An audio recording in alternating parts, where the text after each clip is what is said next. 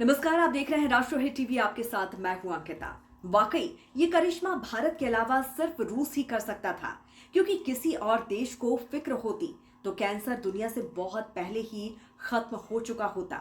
लेकिन कैंसर की दवाइयों के सबसे बड़े मार्केट में कैंसर की वैक्सीन बनाना तो दूर, उसका दावा करना भी किसी कंपनी या फिर किसी देश या फिर किसी इंसान की बस की बात नहीं थी। मैं आपको आगे आज की सबसे बड़ी नहीं बल्कि सदी की सबसे बड़ी खबर बताऊंगी।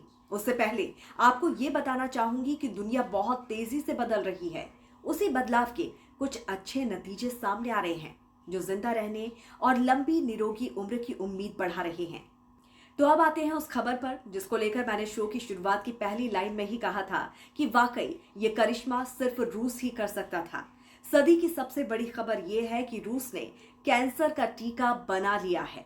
जी हाँ, रूस की न्यूज एजेंसी ताश ने कहा कि उनके वैज्ञानिकों ने mRNA वैक्सीन तैयार की है, जो कैंसर से सुरक्षा देगा। ये टीका कई रिसर्च सेंटर के साथ मिलकर बनाया गया है। ये टीका नए साल 2025 की ही शुरुआत से इस्तेमाल के लिए उपलब्ध होना शुरू हो जाएगा।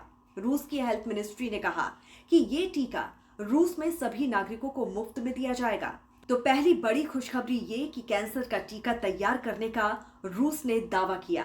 तो दूसरी बड़ी खबर ये कि इसे मुफ्त में लोगों को लगाया जाएगा।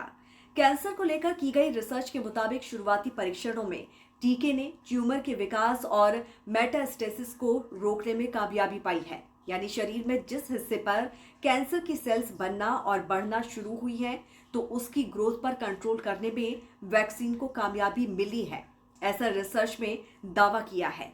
रिसर्च में आगे बताया गया है कि टीके के शुरुआती परीक्षणों से पता चलता है कि ये ट्यूमर के विकास और संभावित मेटास्टेसिस को रोकता है।